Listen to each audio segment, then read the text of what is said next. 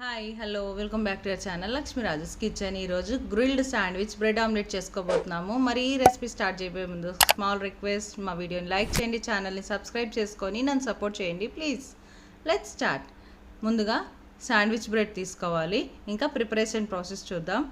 ఒక mixing bowl తీసుకొని అందులోకి 2 ఎగ్స్ పగలగొట్టి వేసేసుకోవాలి.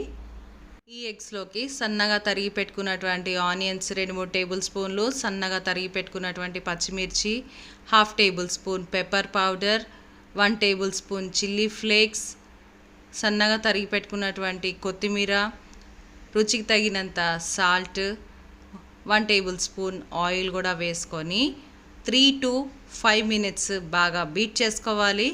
ఇలా బీట్ చేసుకొని పక్కన ఉంచేసుకోవాలి. ఇప్పుడు స్టవ్ ఆన్ చేసుకొని ఒక పాన్ పెట్టుకొని పాన్ పైన 2 టేబుల్ స్పూన్స్ ఆయిల్ వేసుకొని ఆయిల్ వేడైన తర్వాత శాండ్విచ్ బ్రెడ్ని వీడియోలో చూపిస్తున్న విధంగా ఇలా కొద్దిగా ఆయిల్ అప్లై చేసుకోవాలి. మీరు ఆయిల్ అయినా వేసుకోవచ్చు, గీ కానీ బటర్ కానీ ఏదైనా వేసుకోవచ్చు. ఇలా కొద్దిగా లైట్గా రోస్ట్ చేసుకోవాలి. ఇలా రోస్ట్ చేసుకున్న తర్వాత ప్లేట్లోకి తీసేసుకోవాలి. ఇప్పుడు ఇదే ప్యాన్లోకి 3 టేబుల్ స్పూన్స్ ఆయిల్ వేసుకోవాలి. మీరు ఆయిల్ ప్లేస్లో బటర్ కూడా యూస్ చేసుకోవచ్చు. ఇలా ఆయిల్ వేడైన తర్వాత రెడీ చేసుకున్నటువంటి ఎగ్ మిక్చర్ని ప్యాన్ పైన వేసుకోవాలి. ఇలా వేసుకొని ప్యాన్ అంతా ఈవెన్గా కొంచెం సన్నగా స్ప్రెడ్ చేసుకోవాలి. ఇలా అంతా ఈవెన్గా స్ప్రెడ్ చేసుకున్న తర్వాత హై ఫ్లేమ్లో ఒక 2 మినిట్స్ వరకు కుక్ చేసుకోవాలి.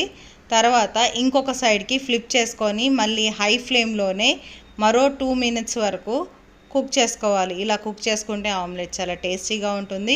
ఇప్పుడు ఇంకొక సైడ్కి టర్న్ చేసుకోవాలి. ఈ సైడ్ కూడా పర్ఫెక్ట్గా రెడీ అయిపోయింది. ఇంక ఇలా ఫోల్డ్ చేసుకొని ప్లేట్లోకి తీసేసుకోవడమే. ఇప్పుడు స్టవ్ ఆన్ చేసుకొని స్టవ్ పైన ఒక గ్రిల్ ప్యాన్ పెట్టుకొని మీరు ఇందులోకి 1 టేబుల్ స్పూన్ వరకు ఆయిల్ వేసుకోవాలి. మీరు ఇక్కడ కూడా బటర్ని యూజ్ చేసుకోవచ్చు. ఇలా ఆయిల్ వేడైన తర్వాత వీడియోలో చూపిస్తున్న విధంగా బ్రెడ్ని ప్లేస్ చేసుకోవాలి. అలాగే రెడీ చేసి పెట్టుకున్నటువంటి ఆమ్లెట్ని కూడా బ్రెడ్ పైన సర్వ్ చేసుకోవాలి. మళ్ళీ పైనుంచి బ్రెడ్ని వేసి క్లోజ్ చేసుకోవాలి. ఇంకా ఒక 2 మినిట్స్ ఉంచిన తర్వాత ఇంకొక సైడ్కి ఫ్లిప్ చేసుకొని ఇక్కడ కూడా గ్రిల్ చేసుకోవాలి. చూడండి ఎంత కలర్ఫుల్గా గ్రిల్ అయింది కదా. ఇంకా ఆమ్లెట్ శాండ్విచ్ రెడీ అయిపోయింది.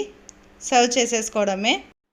పైనుంచి కొంచెం చీజ్ వేసుకుంటే ఇంకా టేస్టీగా ఉంటుంది. ఇలా బాగా ఆకలేసినప్పుడు వితిన్ మినిట్స్లోనే మీరు ఈ రెసిపీని ట్రై చేయొచ్చు. మరి మా వీడియో కనుక మీకు నచ్చినట్టయితే please do like, share and subscribe and don't forget to hit the bell icon and please do follow me on Instagram also. Thank you for watching the video and thank you for supporting me.